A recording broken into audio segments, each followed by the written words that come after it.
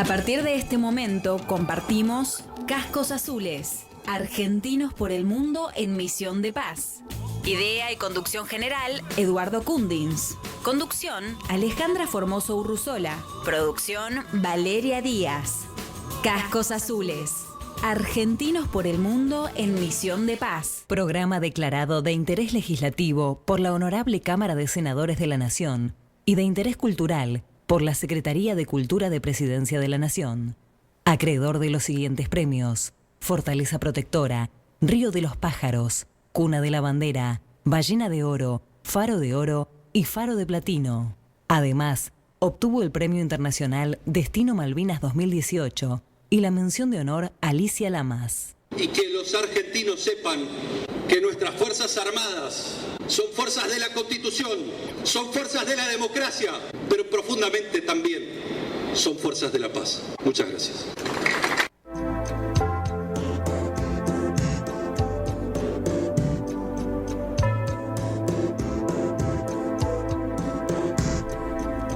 Buenas tardes Argentina, buenas tardes Colombia, Haití, buenas noches Nueva York, sede de Naciones Unidas, buenas noches Chipre, África toda, República Centroafricana, Congo, Sudán, Sahara Occidental, Medio Oriente, buenos días India y Pakistán, buenos días, buenas tardes, buenas noches a todos los que nos están escuchando aquí desde FM Soldados, en esta emisora y por nuestras redes sociales. Comenzamos Cascos Azules, argentinos por el mundo en misión de paz, este maravilloso desafío de dar a conocer la labor de nuestros héroes contemporáneos, bajo la sombra y admiración de nuestros héroes eternos que nos legó Malvinas. Nos enorgullece ser los miembros individuales, los observadores militares, la Policía Internacional y los miembros de estados mayores que ofrece Argentina a un mundo que continúa asfixiado por el conflicto. Muchos argentinos están allí en respuesta a su vocación para dar ese granito de arena, para estar cerca de los que sufren las consecuencias de las guerras, sobreponiéndose al desarraigo, a la lejanía, a la indiferencia. Han decidido jugarse por los que más lo padecen. Son los profesionales de la paz, el más alto valor a defender por la humanidad. Y en esta tarde vamos a tener un invitado muy especial, un invitado de lujo. Tenemos al general Sergio Maldonado, que es un experimentado peacekeeper, ha estado en misiones de paz como Haití y también en Chipre, MINUSTAH y UNFICYP. Él nos va a contar cómo fue su experiencia y bueno, lo saludamos, le damos la bienvenida también a Luis Viñez, que nos acompaña como siempre. Hola, ¿qué tal a todos? Hola, ¿qué tal? Y aquí está el general Sergio Maldonado para contarnos su experiencia. Bienvenido al programa Cascos Azules. Bueno, bienvenido. Bueno, muchísimas gracias por esta invitación. Honrado de estar en un programa tan prestigioso, tan importante, de tanta actualidad, que visibiliza algo que hacen las Fuerzas Armadas Argentinas por la paz en el mundo. Así que honrado y feliz de estar acá. Muchas gracias. Bueno, un lujo tenerlo. Usted fue jefe del contingente en Haití. Sí. Justo uno antes de que termine formalmente la misión, fui designado como jefe del contingente conjunto argentino-Haití 18, que salió de Argentina allá por enero del año 2014. Y nos quedamos, fuimos por 6 meses y estuvimos en realidad un poco más, 9 meses y medio. Por cuestiones administrativas nos quedamos unos 3 meses y medio más. Así que tengo alguna experiencia en el terreno allá en Haití. Sí, por supuesto. Y aparte, bueno, Haití hoy en día está totalmente candente. ¿Cómo ve la situación y cómo fue su experiencia allí en el terreno? ¿Cómo ve toda esta evolución y si realmente Haití va a poder salir de esta situación, de este estado fallido? Sí. Que, bueno, es muy difícil, pero que la comunidad también se llama a una respuesta a la comunidad internacional. Sí, yo fui parte de la misión, como bien vos dijiste, MINUSTAH, que comienza en el año 2004 por una resolución de Naciones Unidas, y que la particularidad con respecto a otras misiones de paz es que fue bajo el capítulo 7 de la Carta de Naciones Unidas. Es decir, que se impone, se lleva una fuerza militar para imponer la paz. Había habido un golpe de Estado, el presidente Aristide había sido derrocado, había una cierta anarquía en el año 2004 y Naciones Unidas fue con la tarea, primero por 6 meses y después se quedó unos cuantos años más con renovaciones de resoluciones para lograr una estabilidad política, de seguridad, de poder consolidar y hacer que las instituciones como la policía y otras cuestiones más inherentes a la vida institucional de un país puedan desarrollarse. O sea, cuando desembarca MINUSTAH, que lo hace, para que tengan una idea, inicialmente con 8.600 hombres y mujeres de Fuerzas Armadas de distintos países. Argentina llega con un contingente que llegó a tener cerca de 550, 600 hombres y mujeres en 3 componentes. Después ya les voy a decir cuáles eran. ¿Países de Latinoamérica? Había países de Latinoamérica, estaba Brasil, estaba Uruguay, sí, estaba Chile, pero también estaba Bangladesh, estuvo Pakistán, sí, mayoritariamente de América, pero también tuvimos algunos de otros países, Indonesia, por ejemplo, pero la mayoría eran brasileros, uruguayos, argentinos y chilenos. Argentina tenía 3 componentes, no me quiero adelantar, pero tenía 3 componentes, una unidad aérea con 2 helicópteros, un hospital militar reubicable, también de la Fuerza Aérea Argentina, y un batallón que ocupaba una jurisdicción a unos 140 kilómetros de Puerto Príncipe, el departamento de Artibonite, con unos 450 hombres, que estaba compuesto por Infantería de Marina y el Ejército. Esos 3 componentes, que totalizaban poco menos de 600 personas, fueron la contribución de Argentina a MINUSTAH en esa época. Por eso digo que, a tu pregunta, el país no se encontraba en buena forma. Desembarcaron esos 8.000 y pico de hombres y unos 1.600 policías. Con el transcurrir de los años, el componente militar se fue achicando y el policial se fue agrandando. Cuando la misión termina, en teoría estaba el país estabilizado y asegurado. En el medio hubo terremotos, huracanes, elecciones, cólera, chikungunya, que fue lo que me tocó a mí, un montón de calamidades, así que a lo que fue a ser... 2010 el terremoto que fue 2010 terrible. El terremoto. La destrucción literalmente material. Sí, por supuesto, sí, por supuesto. Pero además de eso, todo lo que nosotros vimos en ese país, ese estado fallido, era realmente así. Los números, inclusive al día de hoy, son realmente sorprendentes por lo bajo, por lo mal que está ese país americano en el Caribe. Uno se imagina el Caribe como un lugar de vacaciones, como un lugar con palmeras, con playas. Bueno, literalmente pareciera que del peor país de África se hubiese desprendido y hubiese navegado por el Atlántico hasta desembarcar en el Caribe. Es una cosa difícil de entender hasta que uno no lo ve. Yo, por ejemplo, o sea, decime cuando corto, porque yo sé hablar mucho. Al tercer día que estuve, yo le recibí el contingente a un capitán de navío, Morel, muy bueno, y estábamos haciendo el takeover, handover, que es el traspaso de responsabilidades, y al tercer día de estar, fuimos a la embajada, a saludar al embajador, obviamente, una cuestión protocolar. Fuimos al mejor barrio que tiene, donde están las embajadas, que se llama Petionville, en Puerto Príncipe, que es una zona donde normalmente el staff internacional, políticos y demás viven porque, entre otras cosas, está alto y tiene mayor seguridad. Bueno, ahí nos pegaron un tiro en la camioneta de Naciones Unidas. Fue algo muy... ¿Y eran antibalas las camionetas o no? No, fue bastante, por eso digo, mi inicio en Haití fue bastante violento, porque volvíamos a las 10 de la mañana, un día miércoles, por una calle que estaba perfectamente autorizada por Naciones Unidas para que circulen vehículos de Naciones Unidas, y de pronto nos vimos en un tiroteo, y uno de los proyectiles pegó en el parabrisas, por suerte, suficientemente alto del lado del conductor, las astillas lo hirieron al capitán de navío, pudimos salir de esa zona, lo llevamos al hospital, hicieron una sutura, bueno, no pasó nada, pero digo, un país inestable, un país que tiene la inestabilidad como una normalidad, lo cual es algo difícil de entender, ¿no? Inclusive en Argentina. Las bandas también, Estos grupos de desestabilización, ¿cómo se los puede caracterizar? ¿Políticos?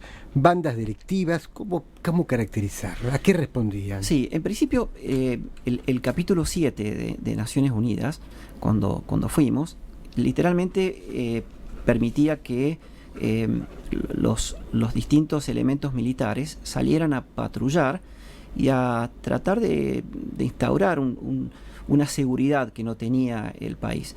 Recuerdo que no había policía, y la policía, la poca que había estaba mal entrenada, mal equipada, y normalmente obedecía a las bandas que se dividían por sectores la ciudad, y que no solamente se encargaban de hostigar y asaltar y operar contra la población, sino también entre ellas. ¿Por qué? Porque no había un Estado presente. En este caso no había seguridad. Eso es lo que hacía Naciones Unidas. Al contingente brasilero le tocó justamente Puerto Príncipe. Tuve la suerte, la oportunidad de salir a hacer algunas patrullas con ellos, y nos metimos por lugares realmente que eran peligrosos. Entonces, ese estado de anarquía hacía que fuese ocupado la autoridad por bandas, que respondían a lores, a gente muy poderosa que literalmente manejaba la vida y la muerte en Haití. Como señores de la guerra. Y más o menos, pero en un estado donde no hay nada, donde depende el principal fuente de ingresos, de recursos de Haití, son las remesas de los propios haitianos que mandan el dinero a sus familiares del exterior. También está la ayuda de ONGs, de Naciones Unidas, que desembarcan toneladas y toneladas de ayuda de todo tipo a la gente. Y la gente, bueno, eso que recibe, lo vende, lo usa, ahí no hay prácticamente una economía propia. Entonces hace que ocurran todas estas cosas. Es un país que está deforestado, es un país que no tiene árboles prácticamente, porque se han encargado de sacar cuanto árbol había para poder hacer leña o carbón para poder cocinar. Bueno, es para hablar mucho del caso haitiano. Hoy por hoy, creo yo, por lo que veo, está igual o peor, con lo cual yo creo que en algún momento Naciones Unidas va a considerar, me parece, y creo que lo está haciendo, el retorno de alguna fuerza militar. Cuando terminó el mandato, creo que había una importante cantidad de policías de Naciones Unidas, pero bueno, no sé qué grado de efectividad ha tenido, porque ha habido hasta asesinatos de presidentes. Claro. Entonces, y además que también las bandas se han insertado en el poder y tienen su injerencia, entonces es mucho más difícil, porque como ellas también les brindan asistencia a la población en ciertos aspectos, tienen esa legitimidad, entre comillas, y operan también para que no se pueda realmente tener un gobierno democrático como corresponde. Bueno, justamente eso es lo que hizo MINUSTAH, y lo hizo bien.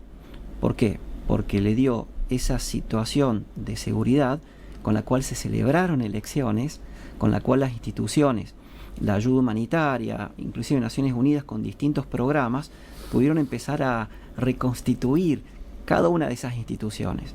Cuando hablo de instituciones, hablo de educación, hablo de justicia, hablo de todo lo que nosotros normalmente tenemos en un país democrático, y que en este en particular no estaba. Pues bien, terminó en MINUSTAH en 2017, si no me equivoco, y pareciera como que el país volvió a ese estado anterior a 2004, con lo cual, sin ánimos de vanagloriarme de lo que hizo MINUSTAH, el trabajo fue realmente bueno.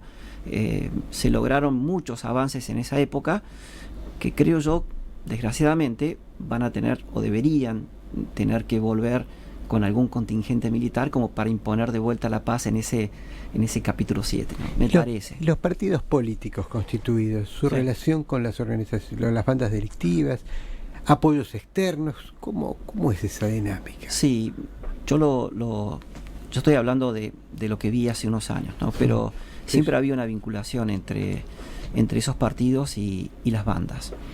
Sí, era bien sabido, que había una vinculación, hasta yo diría jurisdiccional, de cada uno en dónde podía ir y dónde no podía ir. Sí, no, había, sí. ¿Y los apoyos externos de esos grupos, de esas...? No, porque sencillamente es tan pobre Haití que no hay intereses. El mundo no mira a Haití, el mundo, mejor dicho. Hay muchas ONGs que trabajan, hay órdenes religiosas que también van y hacen sus apostolados, van, eso sí hay muchos. Pero justamente, ¿no? Todos sabemos que cuando un niño, por ejemplo, el haitiano vive hasta eso de los 64 años, más o menos. Claro. Nosotros tenemos acá en Argentina, creo que el promedio de vida es 76 años. Hay pocos abuelos porque la gente se muere, porque no llega vieja. ¿Por qué no llega vieja? Y porque la pasa mal. ¿Y por qué la pasa mal? Por la salud, porque los hospitales, no hay hospitales, la infraestructura. Sí, no hay. A ver, la poca electricidad está en las ciudades, no en las zonas rurales. Hay poca infraestructura sanitaria. Los niños se alimentan mal, y si se alimentan mal no desarrollan su capacidad cognitiva como cualquier niño, entonces terminan siendo limitados que a tal punto de que es muy difícil enseñarles a trabajar. Es un círculo vicioso. Claro, un niño con hambre, ¿qué puede aprender? Nada. Naciones Unidas en mi época estuvo tratando, inclusive la Argentina, algunos programas para enseñarles a trabajar la tierra. La tierra está muy erosionada también. La tierra no es la tierra de República Dominicana. Es una tierra que no tiene el nivel de productividad que tienen otras regiones u otras islas del Caribe. Así que sobre llovido mojado, digamos. Ellos tienen también problemas. Haití es una tierra de montañas, ¿no? El 75% del país son montañas. Entonces el otro 25% que queda no es totalmente cultivable por esta erosión que ha tenido, esta deforestación, que hace que no pueda cultivarse. Así que los recursos, lo que le llaman la agricultura de subsistencia, o sea, la pequeña huertita que puede hacer una familia para poder procurarse cultivar los propios alimentos, tampoco se da. Entonces, la situación es seria. Yo miren que lo pude andar acá y allá, y al menos lo que vi en aquella época, que creo que se mantiene, era de una seriedad muy importante, que requiere que se tomen algunas medidas, y si no va a seguir estancado en el problema. Que, insisto, sí, es un problema la seguridad, pero son todas las instituciones que requieren un apuntalamiento, y ese apuntalamiento tiene que ver con la educación, también con la seguridad y con un montón de otras cuestiones que Naciones Unidas lo pudo hacer, y bien, cuando estaba MINUSTAH. Es mi opinión, al menos. Y acá un seguidor, César Ferreira, nos pregunta, Sí. dice, buenas tardes, mi general. Queríamos saber, ¿tuvieron un enfrentamiento o conflictos con las mismas seguridad de Haití, con la policía, con la seguridad que pueda llegar a tener? Sí, no. Por suerte el batallón argentino estaba en el departamento de Artibonite, que era un departamento muy pobre, pero no tan virulento como Puerto Príncipe, donde estaban todas las bandas. Así que yo sepa, en el tiempo que estuve, no hubo enfrentamientos. Sí, obviamente también, y acá destaco el casco azul argentino, tiene una particularidad de que sabe manejarse. Esto es por el nivel de adiestramiento que tienen nuestras Fuerzas Armadas. En este caso, el batallón estaba conformado por la Infantería de Marina de la Armada y el Ejército Argentino. La unidad núcleo que estaba en aquella época era de un regimiento del 11 de Tupungato, eran realmente muy buenos, muy profesionales. Y el nivel y profesionalismo con que se manejaron evitaron los roces. Además de eso, en el contingente argentino se realizaban muchas tareas de índole humanitario. Entonces, el vínculo con la población era realmente bueno. Había programas para repartir agua, para atender a las personas odontológicamente, clínicamente, les llevaban alimentos, muchas veces alimentos mismos del contingente. O sea, ese espíritu solidario. Acá la conjunción del profesionalismo de nuestros hombres y mujeres, más el espíritu solidario del argentino, hacía que la relación con la población fuese muy buena. En una zona que era, Gonaives es una ciudad, pero el área de acción era bien rural, digamos. Distinto es Puerto Príncipe, es otra cosa, es otra cosa donde estaba el contingente brasilero, y realmente ahí sí hubo y había enfrentamientos cuyos heridos terminaban muchas veces en el hospital argentino. Así claro, que la importancia también del hospital reubicable nos decía el ex embajador en Haití, Pedro von Aiken, que estuvo allá, que nos ha visitado y lo hemos entrevistado varias veces. Dijo que siempre eso es totalmente destacable y que todos pedían que no se fuera. Sí, de hecho se quedó un poquito más.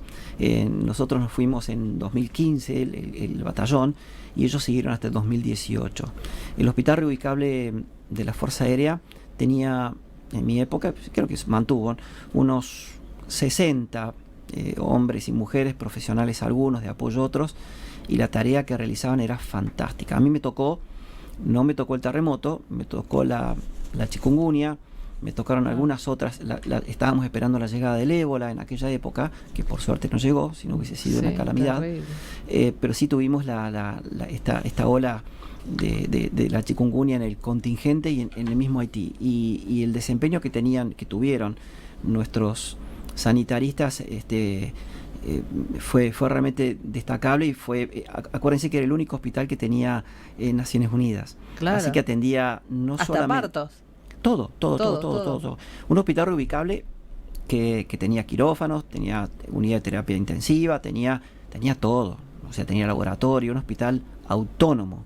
Ese hospital atendía al personal civil y militar de Naciones Unidas, y también hacía tareas de ayuda humanitaria, y también atendió obviamente a los miles de heridos en el terremoto, y atendía a la población cuando se lo necesitaba, digamos. Así que la labor del hospital militar reubicable fue realmente muy buena, al igual que los helicópteros, ¿no? Que también era parte de la unidad aérea de Naciones Unidas, y andaban volando y haciendo evacuaciones y llevando patrullas por todos lados. Así que, digamos, el contingente fue muy activo y muy exitoso, por así decirlo. Bueno, a pesar de que estaba yo. No, por favor. Bueno, vamos a darle una pausa al general para que respire, tome un poquito de agua, y vamos a decir las líneas de contacto. ¿Te parece, Luis? Sí, Alejandra.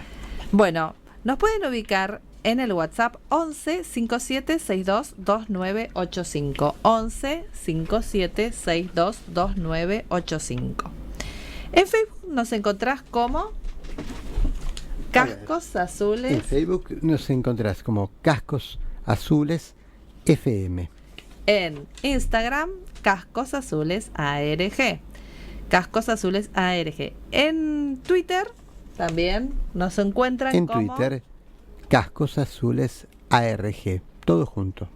Exactamente. En YouTube, Cascos Azules Radio. Si te gustaron nuestros videos, te pedimos que te suscribas, que nos des un like, y después pasa la campanita ubicada a la derecha, cliqueás para que te avisen cuando hayamos subido un nuevo video. Ahí subimos todas las entrevistas de nuestros desplegados, columnistas, entrevistados. Así que ahí pueden darle un like y ayudarnos para que este programa pueda crecer. También recibimos donaciones en el alias casco.azul.radio.paz, y nos pueden escuchar por Simple Radio Aplicación. Algo muy importante, también queremos anunciarles que el 19 de noviembre a las 18 horas, tomen lápiz y papel, se va a presentar el libro La Posibilidad de la Paz, de nuestro director, el doctor Eduardo Kundins, y va a ser presentado por Rosendo Fraga. Así que están todos invitados, y los invitamos para que agenden ese día y puedan concurrir para esta excelente presentación que vamos a disfrutar. Bueno, ¿tenés alguna pregunta, Luis, para el general? Sí, respecto, o sea, a lo que tiene que ver con medidas para promoción del desarrollo en el país. ¿Cómo fue la relación con el contingente, la misión? Bueno, dejamos la pregunta para después de la pausa, para que nuestros oyentes también vayan a tomarse hoy un refresco, porque con este calor impresionante, supongo que no estarán tomando café, pero algunos podrán tomar también mate, ¿no? O tereré. Bueno, vamos a la pausa y enseguida venimos y nos va a contestar esta pregunta que hizo Luis Viñes al general Sergio Maldonado. Cascos Azules Argentinos es auspiciado por la Sociedad Militar Seguro de Vida. Sociedad Militar Seguro de Vida, 120 años contribuyendo a mejorar la calidad de vida de sus asociados, brindando servicios mutuales en todo el país. El mutualismo constituye el sistema social solidario más antiguo y como tal, solo Sociedad Militar Seguro de Vida puede generar el espíritu de una mutual que lo guíe en todas sus acciones. Para ello, cuenta con el valor más importante que posee: su personal. Para ayudas económicas, ahorro mutual, administración de haberes, tarjetas de crédito y débito, el horario de atención personalizada de la sociedad es de 7:45 a 13 horas. Sociedad Militar Seguro de Vida.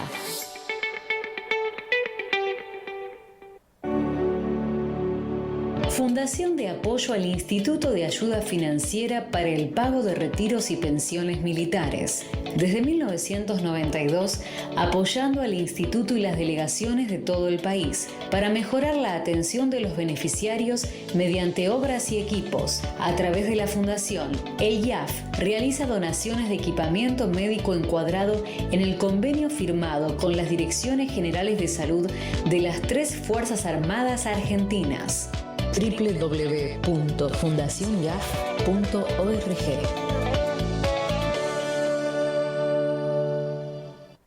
Sabrina Janusevsky para Cascos Azules Argentinos por el Mundo en Misión de Paz desde Madrid, la capital de España. Vamos con las noticias que nos acontecen. En este caso hablamos de la situación en Líbano y los militares españoles allí a salvo luego de pasar parte de la noche refugiados en búnkeres.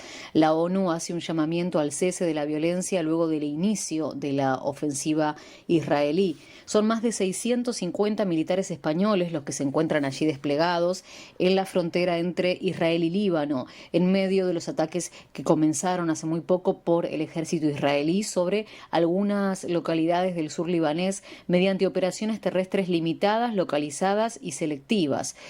Todos ellos se encuentran bien luego de haber tenido que pasar varias noches refugiados en búnkeres, según lo detalló fuentes del Ministerio de Defensa.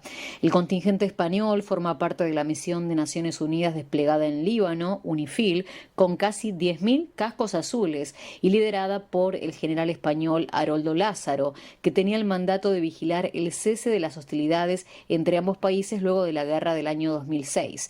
El ejército israelí notificó a la misión de la ONU de su intención de realizar incursiones terrestres limitadas en Líbano, según se informó a través de UNIFIL. A pesar de ello, los miembros de la misión siguen en sus posiciones. Regularmente ajustamos nuestra postura y actividades y tenemos planes de contingencia listos para activar si es absolutamente necesario, así lo explica UNIFIL. Naciones Unidas avisa además de que cualquier cruce hacia el Líbano constituye una violación de la soberanía y la integridad territorial del Líbano y una violación de la resolución 1701. Instamos a todos los actores a que den un paso atrás ante tales actos de escalada que solo conducirán a más violencia y más derramamiento de sangre. El precio de continuar con el curso de acción actual es demasiado alto. Esta es la novedad respecto a la situación de los españoles desplegados allí en Líbano. Informó desde Madrid, la capital de España, Sabrina Janusevsky para Cascos Azules, Argentinos por el Mundo en Misión de Paz. Seguimos en Cascos Azules y bueno, le mandamos un gran saludo a nuestros cascos azules que están allí en el Líbano, Sáncero, bueno, y muchos más, el mayor Diego López, que realmente están haciendo un trabajo excepcional. Y seguimos aquí en Cascos Azules con el general Sergio Maldonado y Luis Viñez, que tenía una pregunta para hacerle.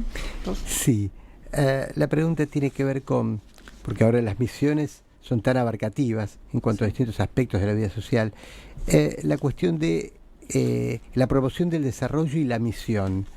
¿Qué tipo de relación se dio?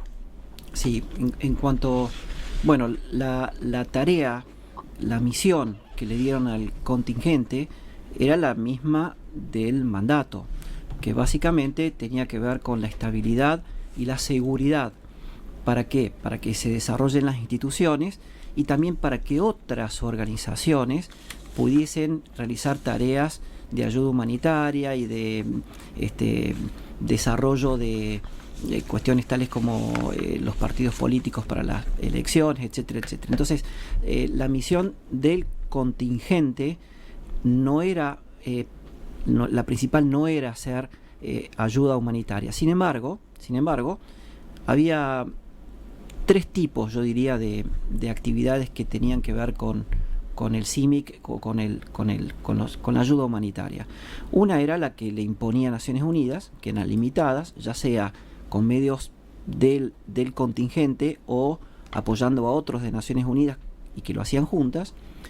Otros, muy importante, eran los que por propia iniciativa, los jefes, tanto del batallón en Gonaips, como de la unidad aérea, como del hospital reubicable, hacían por cuenta propia en cuanto a recursos y en cuanto a alcance de las tareas. Esto era muy importante porque muchas veces se hacían hasta con recursos propios. En otras palabras, a veces nuestra gente veía que la necesidad era tanta que a veces con propios alimentos iban y se los daban a los haitianos. Y lo tercero era lo que hacía la gente en su tiempo libre.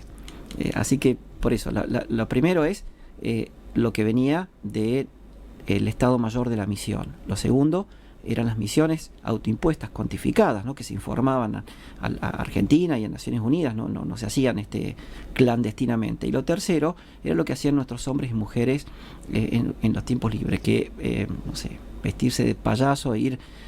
recuerden que no van a ver ninguna juguetería en Haití. Claro. No hay juguetes. Sí. No hay los niños y la gente no tiene muchas carencias. Entonces, muchas veces nuestra gente en su tiempo libre iban a ayudar a los haitianos. Pongo un ejemplo de lo que hacíamos nosotros en el contingente. Nosotros todos los miércoles íbamos a un orfanato. Un orfanato donde, bueno, imagínense, si la pasaban mal los chicos con papá y mamá, imagínense los otros. Les llevábamos comida e íbamos a interactuar con los niños, miércoles por la tarde. Ellos hablan creol.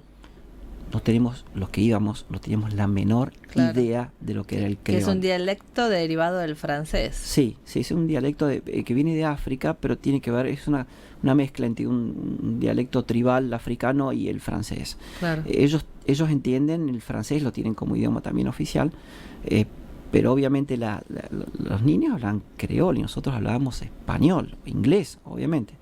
Pero ese momento que teníamos con ellos era de reírnos, hacer morisquetas, se nos reían seguramente de lo que decíamos, hablábamos, obviamente uno decía Messi, decía Maradona, qué sé yo, lo de siempre. Pero bueno, así como lo hacíamos nosotros, lo hacían muchos otros, para darle este toque social, si se quiere, humanitario, por fuera de lo que uno tenía que hacer como casco azul. Ese es el argentino que va, por eso yo decía hace un rato, profesional por un lado y humano por el otro, lo cual hacía que la gente simpatizara, empatizara con nosotros. Totalmente. Ese plus que tiene que ver con nuestra propia cultura. Absolutamente, el argentino de allá era el de acá, digamos, más o menos. Y ante la necesidad el argentino es solidario. Y bueno, ya había mucha necesidad, y por eso la solidaridad salía casi espontáneamente por parte de muchos. Después les vamos a contar la entrevista también que hizo el coronel Kundins a una casco azul que se disfrazó de payaso, así que después les vamos a contar. Buenísimo. Pero primero vamos a la tanda y seguimos en Cascos Azules, no se vayan de ahí. Esto es Cascos Azules. Hola, Vale, soy la mayor Gloria Mancilla Prieto desde Humojip. Aquí somos 3 observadores y ya nos encontramos transitando la segunda parte de nuestra misión. En unos días, el teniente de navío Matías Rumis Donaire, que se desempeña como Military Assistant, ya finaliza su misión y regresa al país, y quedamos el capitán Gustavo Cataño y yo, que estaremos emprendiendo el regreso a mediados de febrero de 2025, si Dios quiere. En la segunda quincena de noviembre, el capitán Cataño y yo vamos a estar recibiendo nuestras condecoraciones en la Medal Parade, y ya entramos en la recta final, comenzando a sentir esas emociones encontradas de querer seguir viviendo esta experiencia por más tiempo y a la vez necesitar volver al país, a los afectos y a nuestras costumbres. Pero por lo pronto seguimos cargando nuestra mochila experiencias de esta misión, interactuando con militares y civiles de otros países y sus culturas, y por sobre todo representando a nuestra querida Argentina en la mejor manera posible, continuando marcando el camino para los camaradas que nos van a suceder. Enviamos desde aquí a FM Soldados y a todos sus oyentes un afectuosísimo y muy argentino abrazo. Bueno, un gran abrazo para Gloria Mancilla Prieto y todos los que están cumpliendo misión y van a recibir su medalla allí en India y Pakistán. Seguimos en Cascos Azules y queremos recordarles también que el 19 de noviembre a las 18 horas se presentará La Posibilidad de la Paz, escrito por nuestro director, el doctor Eduardo Kundins, y va a ser presentado por Rosendo Fraga. Así que en la Universidad de El Salvador los esperamos a todos, los invitamos, agenden ese día y no nos fallen. Bueno, seguimos en Cascos Azules con el general Sergio Maldonado contándonos su experiencia en Haití. También estuvo en Chipre, pero bueno, la verdad que Haití es muy fuerte y es un tema siempre candente y siempre realmente un tema que nos duele el alma, porque la paz en este programa que tanto hablamos sobre la paz nos importa y queremos que en todos los países pueda reinar la paz y haya concordia y se den las condiciones dignas, ¿no?, para que puedan vivir, sobrevivir y estar en un país con seguridad, con democracia, con salud. Bueno, aquí estamos también, había una pregunta pendiente de Luis Viñez. Y sobre esas condiciones justamente de la existencia, uno es consciente de la crisis política, social, económica, de seguridad, pero cuando uno piensa en Haití, algo se produce. ¿Qué percepción tienen, qué vivencias tuvieron sobre lo que se produce en Haití? ¿Se produce en qué sentido? Desde el punto de vista económico, en cuanto a la producción. Sí. Haití es un país que no tiene fuentes de energía. Al no tener energía no hay industria, al no haber industria no hay trabajo. En el Caribe todos sabemos que la principal industria es la de servicios turísticos. Haití no tiene turismo, entonces está privado primero de los turistas, no tiene una infraestructura ni hotelera ni las playas son lindas. Parece mentira que en el Caribe no hay, al menos yo no conocí lugares lindos como para ir a la playa.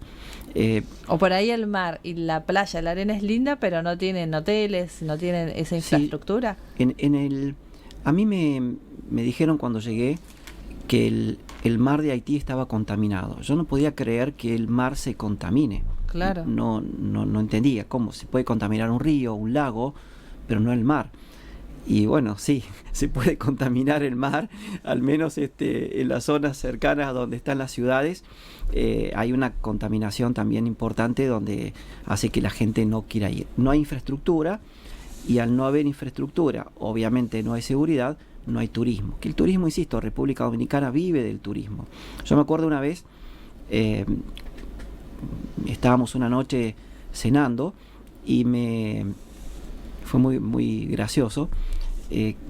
Me avisan de que había 2 turistas argentinos que habían llegado a la terminal de ómnibus.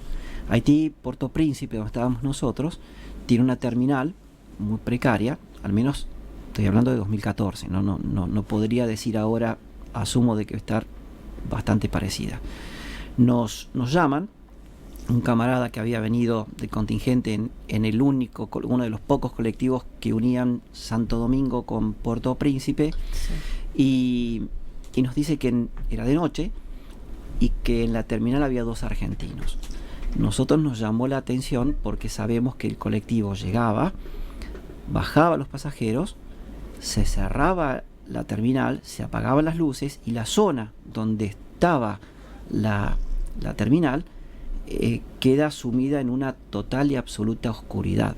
No hay taxis, no hay nada. Entonces salimos rápido. Súper peligroso. Y no hay nada. Yo nunca experimenté una oscuridad tan penetrante como la de Haití. Es una oscuridad hasta, disculpen la expresión, espesa, porque es muy oscuro, no se ve nada. Casi siniestro. Y más o menos. Sí. Bueno, así queda la terminal. Cuando nos dijeron que había 2 turistas, bueno, salimos a buscarlos. Si bien está la embajada, pero estas personas pudieron llegar a nosotros a partir de que lo vieron otros argentinos militares que estaban llegando, que obviamente los fueron a buscar y demás.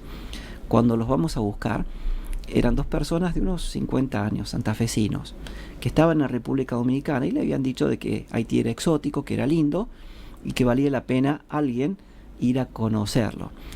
Bueno, por suerte estuvimos nosotros, que los llevamos a donde estábamos, luego los llevamos hasta un hotel que estaba al frente del aeropuerto y le dijimos, ustedes no pueden estar acá porque no hay nada que ver, desgraciadamente.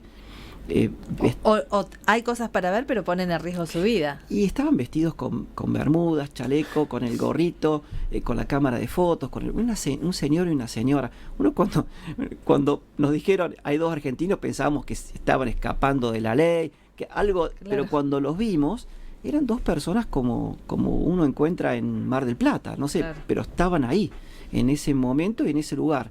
Bueno, por suerte los pudimos sacar. Y se fueron al otro día, volvieron a República Dominicana porque no podían estar ahí. ¿A qué voy con esto? De que la principal industria que podría ser el turismo no existe.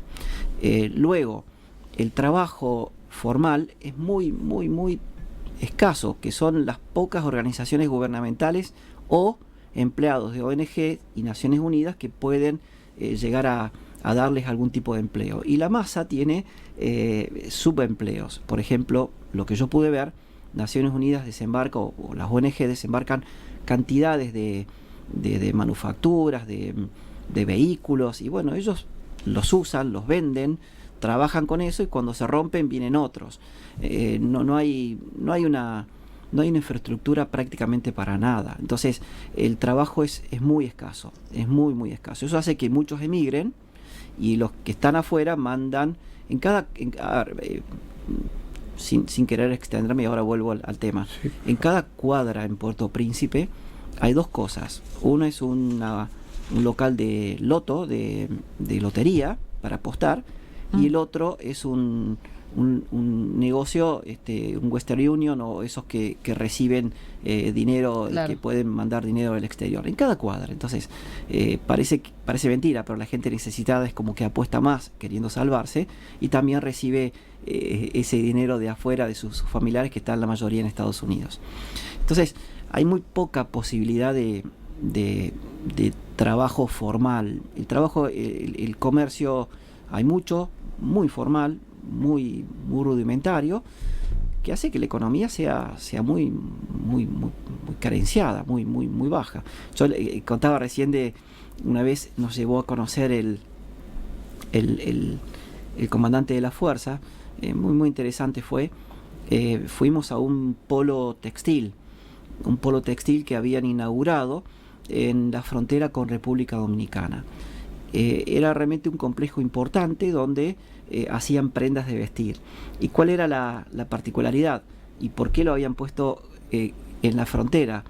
Porque, disculpen la expresión, las fábricas estaban enchufadas a a República Dominicana. Digamos, la energía venía Claro. de República Dominicana y con eso podían hacer andar las máquinas de este lado de la frontera. Era un esfuerzo, la verdad que muy importante, porque había muchos haitianos que tenían trabajo formal.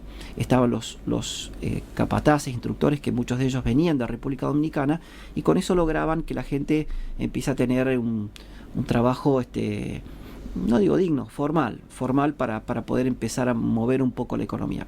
Eso yo lo vi en un solo lugar y después no lo vi más. Después no vi ninguna otra cosa así relevante, salvo los que son empleados de otras organizaciones extranjeras que están ahí. Y ustedes como Muchas gracias. contingente, ¿cuáles fueron los mayores desafíos que se encontraron?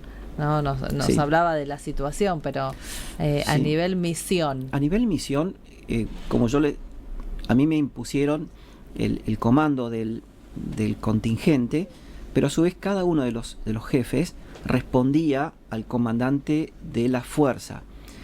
El mayor desafío con el que yo fui, independientemente de representar a Argentina, de ser el enlace con las autoridades, era la logística. La verdad que fue un desafío muy importante. ¿Por qué? Porque a diferencia de otras misiones, la logística prácticamente era argentina, Claro. excepto los alimentos. El resto era parte de lo que se había firmado en este gran contingente. Entonces, el mantenimiento de helicópteros, el mantenimiento y funcionamiento de un hospital. Acuérdense que teníamos que tener generadores para la electricidad, plantas potabilizadoras de agua. Allá tienen la energía, la poca que hay, 110. Acá que tenemos 220. Bueno, entonces los contenedores que llevamos de acá, algunos, y eran 220. Bueno, todos esos nos manejábamos con vuelos logísticos, y una vez vino un buque, pero se imaginan que mantener en servicio vehículos y atender la cantidad de necesidades y de servidumbre logística en un país sin infraestructura era realmente difícil. Yo creo que el desafío más importante, al menos el personal, fue la logística. Una logística a miles de kilómetros, sostenida por Argentina a través de esto que yo le decía, el puente aéreo y los buques, pero donde mantener en servicio teníamos vehículos blindados, teníamos helicópteros, el hospital tenía que tener los insumos, el equipamiento. Un dolor de cabeza, pero bueno, lo fuimos llevando, digamos. Por eso fue mis noches de desvelo fueron logísticas, digamos. Poder asegurar que todo llegue donde tiene que llegar. Sí, no, y convengamos que uno no, si bien Naciones Unidas nos daba los alimentos, nos daban, bueno, pero las plantas potabilizadoras de agua tenían que funcionar, o no sé, el equipamiento biomédico del hospital reubicable tenía que andar todo, los medicamentos, algunos teníamos que comprarlos allá, y era difícil porque no se conseguían. Era todo un problema al cual estábamos abocados 100% de nuestro tiempo, y bueno, la verdad que fue un desafío importante. Yo me acuerdo que todos los miércoles teníamos una videoconferencia, y cuando llegaba mi turno salíamos con Chipre. Y cuando salía mi turno del otro lado, acá en este edificio, se agarraba la cabeza de las cosas que pedía yo, porque eran desde una reactancia para un tubo fluorescente de que no había, hasta no sé, lo que se le imagine, repuestos para vehículos y demás. Así que era interesante, digamos, interesante sostener cerca de 550 personas con tareas muy distintas, helicópteros volando, quirófanos operando, y patrullas internadas en 5.000 kilómetros cuadrados tenía el sector de responsabilidad del batallón, así que era una zona bastante amplia, y todo eso había que sacarlos con vehículos. Bueno, así que era interesante. Sí, el desafío sacamos, y cierro con esto, muchas experiencias. Todos los que fuimos de jefe de contingente, los que fuimos de jefe de unidad, escribimos esas experiencias y están en el comando operacional, porque fueron muy, muy importantes, digamos, en cuanto a la logística. Todos sabemos que las operaciones militares hoy por hoy siempre, y hoy más que nunca, tiene una dependencia logística vital, digamos, Claro. por así decirlo. ¿Y en algún momento sintió que su vida corría peligro? Al tercer día, cuando me pegaron el tiro al parabrisas. Sí. Acá Ese día- puede ser en cualquier momento. No, cuando salimos ese día con el capitán de navío Morel, que le sangraba la cara, que no sabíamos de dónde nos habían tirado, que cuando salimos de esa zona de muerte que le llamamos, y nos pusimos a rezar, Claro.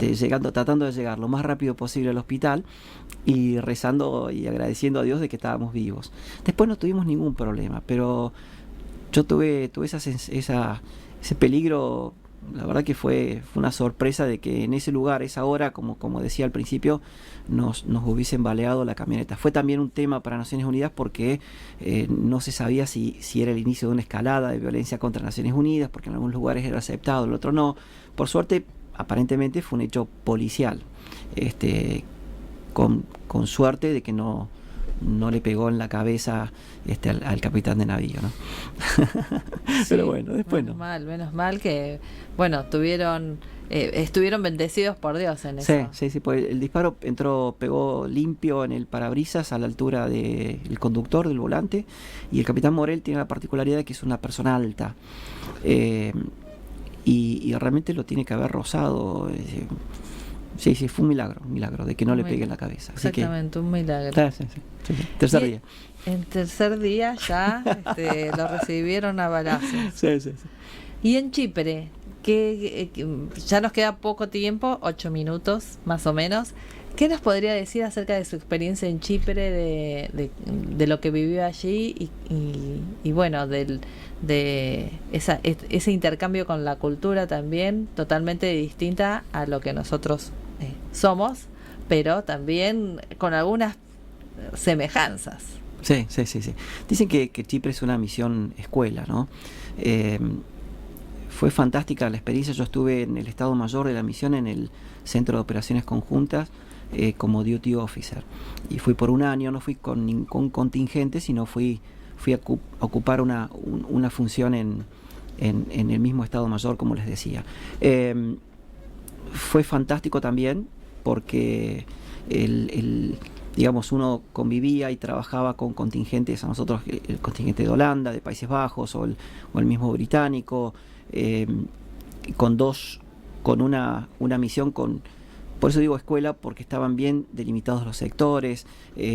Había habido un conflicto armado importante en los 70s, entonces digamos, tenía sus riesgos. Hemos tenido, no era fácil, hemos tenido algunos muertos también, porque había que patrullar en zonas de montaña, pero vuelvo que el trabajo que hacía Naciones Unidas en esa época estaba dividido, no había, creo que ahora están levantadas en esa época nosotros hacíamos muchas coordinaciones, inclusive para atenciones sanitarias, porque el lado turco era mucho más precario que el lado griego, y había un trabajo de Naciones Unidas muy importante, no solamente para organizar peregrinaciones religiosas, sino también para la asistencia sanitaria de niños y de personas que necesitaban cierta complejidad. Entonces era muy importante el trabajo de cómo articulaba Naciones Unidas esa ayuda entre dos países que estaban obviamente en un conflicto latente, porque uno literalmente no estaba reconocido y el otro, Claro, estaba ahí esperando a ver qué pasaba. Así que fue muy interesante, muy interesante. De nuevo, con un contingente que tenía un sector y que no era un sector fácil, y que lo llevaba realmente muy bien. A mí me tocaba recibir las novedades, las noticias y los incidentes de los tres sectores que tenían. Y el nuestro se caracterizaba por ser siempre correcto, prolijo y profesional. Así que también nuevamente orgulloso de nuestros hombres y mujeres. Respecto a Haití, nos habló del desafío logístico. En Chipre, ¿qué desafío encontró más punzante? Sí, yo no estuve con el contingente, así que no puedo hablar de lo que es la parte operativa, por más que estuve un año y lo vi. En principio el desafío de Chipre era idiomático. Hay que tener buen inglés, hay que saber bien, porque realmente es una misión donde se habla mucho y buen inglés, así que los que iban allí tenían que tenía que saber inglés. Eso era importante y uno lo practicaba y bueno, uno podía crecer mucho también en el idioma. Después es técnico militar, obviamente, así que uno lo encasilla hacia una... Y los desafíos era justamente de la mano del inglés, venía de los otros contingentes tan profesionales, de ejércitos con mucha experiencia, con muchos medios, con el cual uno tenía que trabajar. Entonces ahí era donde realmente uno se podía medir qué tan bien o qué tan mal estamos. No sé si me entienden de que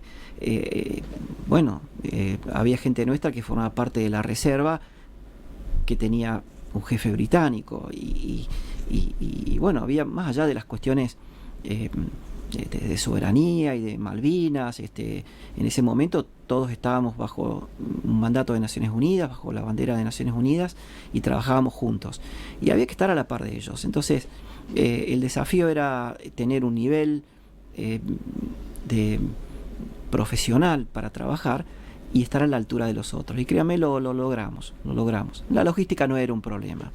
Pero y ahora en la fuerza de tarea anterior hicieron un reconocimiento, pusieron un monumento de Malvinas y tuvieron que invitar también, por supuesto, a las autoridades británicas, así que también eso fue todo un logro, con el respeto que cada fuerza se tiene de acuerdo, ¿no?, al sentimiento que genera Malvinas. Totalmente. Sí. Nosotros naturalmente, por más que trabajemos con quien trabajemos, nuestro sentimiento, nuestra postura respecto a Malvinas es única, digamos. No hay, en ese sentido no hay ninguna duda de eso. A mí me dicen Falklands, yo digo Malvinas. Siempre fue así, sin confrontar, pero manteniendo bien firme cuál es la postura de nuestra nación. Tenemos cuánta sangre derramada en las islas y cuántos camaradas nuestros han vuelto mutilados o han vuelto con secuelas muy importantes por defender justamente la soberanía. Así que por más que trabajamos con ingleses, no, eso era algo absolutamente, lo teníamos muy claro, digamos. Exactamente. Y ya para finalizar, porque nos quedan 2 minutos, ¿qué ayudas, tips, esas recomendaciones les puede dar a aquellos que quieran participar y ser un casco azul, participar de las misiones de paz y bueno, formarse para poder desplegar a estas misiones que tiene la Argentina? Sí, en extrema síntesis, primero hay que estudiar inglés. El idioma es el inglés y hay que estudiarlo y hay que dominarlo en la manera en que uno se comunique bien. Uno puede ser un buen profesional, pero si no se logra comunicar, difícilmente pueda desempeñarse profesionalmente bien. Eso primero. Y segundo, que hay que tratar de ir. Yo a veces le digo que es un laboratorio de conducción, donde hay un conflicto y uno interactúa y tiene una misión desplegado, con los riesgos, con todo lo que conlleva eso. No hay misión de paz de vacaciones, como dicen. No, es una misión donde el riesgo es permanente, esté en Chipre, esté en donde esté, y uno tiene que actuar profesionalmente. Y nosotros, gracias a Dios, tenemos unas Fuerzas Armadas que profesionalmente están preparadas. Así que con el inglés, más lo que hacemos todos los días para defender nuestra nación, nos alcanza para andar bien en una misión de paz. Bueno, excelente. Bueno, un placer. El general Sergio Maldonado nos ha visitado hoy en los estudios de FM Soldados. Gracias por su tiempo, por sus palabras, por su experiencia. Saludamos a Juan Piaggio en los estudios, Valeria Díaz, Luis Viñez, Alejandra Formoso Ruzola. Un beso para nuestro director, el doctor Eduardo Kundins. Muy agradecidos, los esperamos todos los lunes 19 horas y jueves 19 horas en Cascos Azules Argentinos por el Mundo en Misión de Paz. Bueno, gracias. Hasta la próxima emisión. Gracias. Gracias por todo. Esto fue Cascos Azules, Argentinos por el Mundo en Misión de Paz. Nos volvemos a encontrar en nuestra próxima emisión. Cascos Azules, Argentinos por el Mundo en Misión de Paz.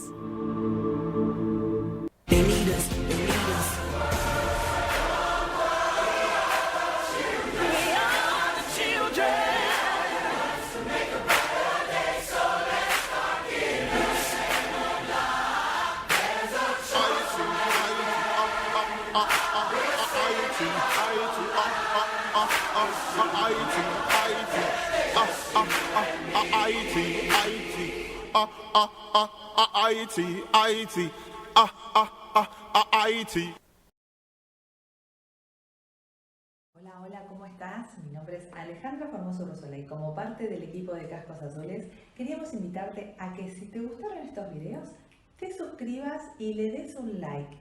Es una forma de colaborar para los que trabajan por la paz. La paz del mundo es la paz de Argentina. Sé parte de esta epopeya. Acompáñanos. Gracias.